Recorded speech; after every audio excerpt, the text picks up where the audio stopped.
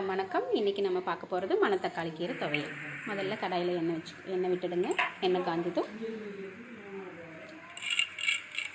வரமல்லி, சீரகம் அது எண்ணெயில் நல்லா கொஞ்சம் பொரியட்டும். அதில் கொஞ்சம் கடலைப்பருப்பு போட்டுக்கோங்க. காரமிளகாய் போட்டுடுங்க. பூண்டு, சின்ன வெங்காயம் நல்லா சேர்த்து வதக்கிக்கணும்.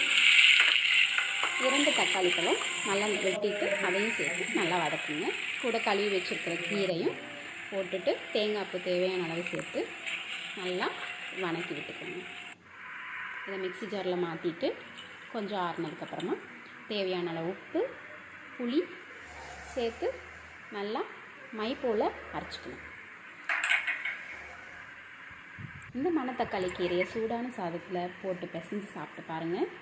நான் சொல்ல மாட்டேன், நீங்கள் கமெண்ட்டில் சொல்லுங்கள் எப்படி இருந்ததுன்னு.